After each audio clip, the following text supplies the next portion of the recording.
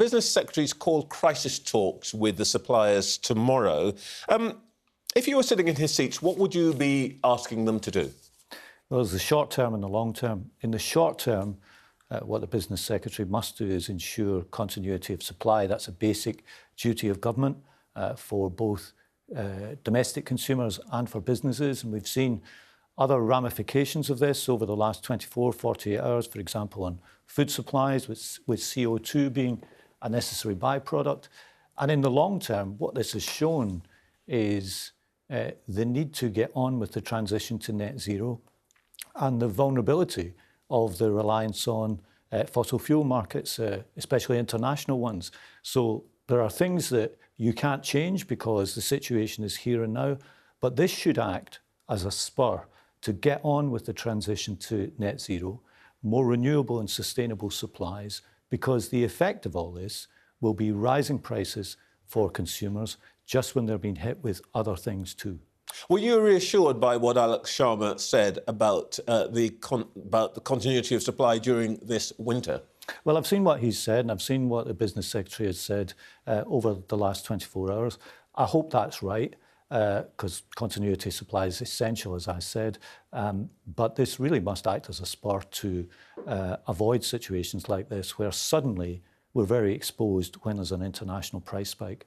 But what would you do to make sure that that doesn't happen? Because in a sense, part of this is a problem to do with an unforeseen event that's created a problem in the pipelines. I mean, how would you, if you were in government, deal with that or foresee that? The immediate price spike may be unforeseen, but the reliance on international markets is foreseen. And you can do something about that by investing in your own storage capacity, by making sure you've got alternatives to gas. And we're going to have to do this for net zero anyway. So some of this may be unforeseen, but a lot of it should have been foreseen.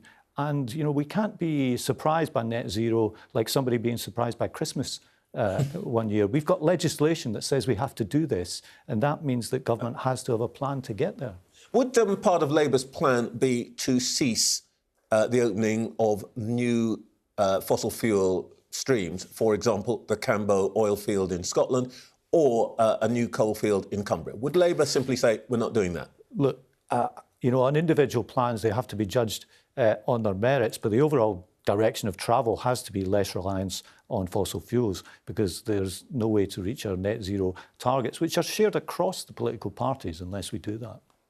But you're sort of, if I may say so, echoing what Alex Sharma said. It's not really a decision we can make now. Why can't anybody just say, you know what, we don't want any more coal, we don't want any more oil, we're basically going to say no to these new developments? Because I'm reluctant to comment on one application. Well, I'll give you two. At a time. But certainly the direction of travel must be that we decrease our reliance on fossil fuels, we increase our use of renewables. Let me give you a great example close to home, Trevor.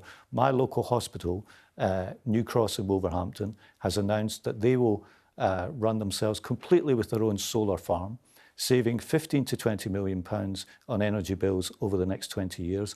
All of that money will go back into frontline NHS care. So I think there's a great example close to my constituency in the town that I represent, which the government could take a lot of inspiration from. Indeed, and my Sky News colleagues have been running a story on that this morning. But just let me make one last attempt.